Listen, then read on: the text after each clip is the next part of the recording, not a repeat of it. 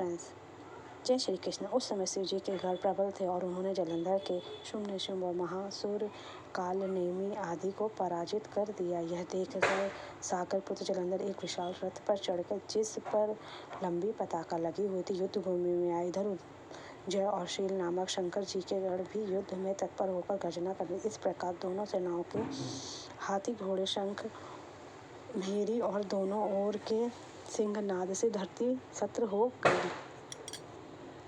जलंधर के मुहरे के समान असंख्य गढ़ों को फेंक कर पृथ्वी से आकाश तक व्याप्त कर दिया और नंदी को 5 और गणेश को 5, वीरभद्र को एक साथ ही 20 बार मारकर उनके शरीर को छेद दिया और मेघ के समान गर्जना करने लगा। यह देखकर कार्तिकेय ने भी दैत्य जलंधर को अपनी पीठ पर उठाकर और घोर गर्जना की, जिसके घात से वह मूर्छित हो धरती पर गिर पड़ा। परंतु वह शीघ्र उठा पड़ा और क्रोधाविष्ट हो कार्तिक पर अपनी गदा से प्रहार करने लगा।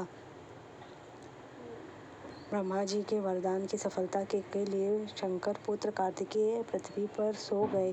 गणेश जी भी गदा के प्रहार से व्याकुल होकर धरती पर गिर पड़े। नंदी व्याकुल हो गदा प्रहार से पृथ्वी पर गिर पड़े। फिर दैत्य ने हाथ में परिधि से शीघ्र ही वीरभद्र को पृथ्वी पर गिरा देखा।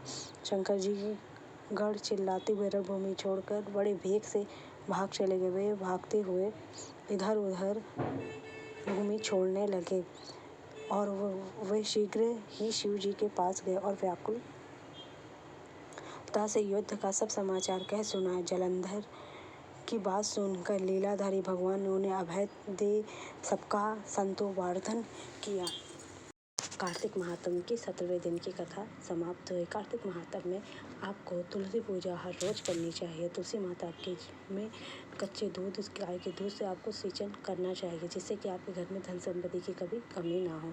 कार्तिक मास में श्री हरि विष्णु की पूजा करने के लिए आपको श्री हरि विष्णु को कार्तिक मास में जरूर ही तुलसी दल समर्पित करना चाहिए और तुलसी माँ को सुबह स्वच्छ जल और शाम को देसी घी का दीपक अवश्य जलाएं, जिससे कि आपकी हर इच्छा पूर्ण हो। कार्तिक महात्म में आपको कुछ चीज़ों का दान करना चाहिए, जिससे कि आपको पवित्र रहना चाहिए। तामसिक भोजन से आपको दूर रहना चाहिए। मांस मदिरा का सेवन इस मास में बिल्कुल नहीं करना चाहिए। अगर आपकी मेरी जानकारी अच्छी लगी तो मेरे चैनल को लाइक कीजिए, सब्सक्राइब कीजिए, शेयर कीजिए। Thank you so much.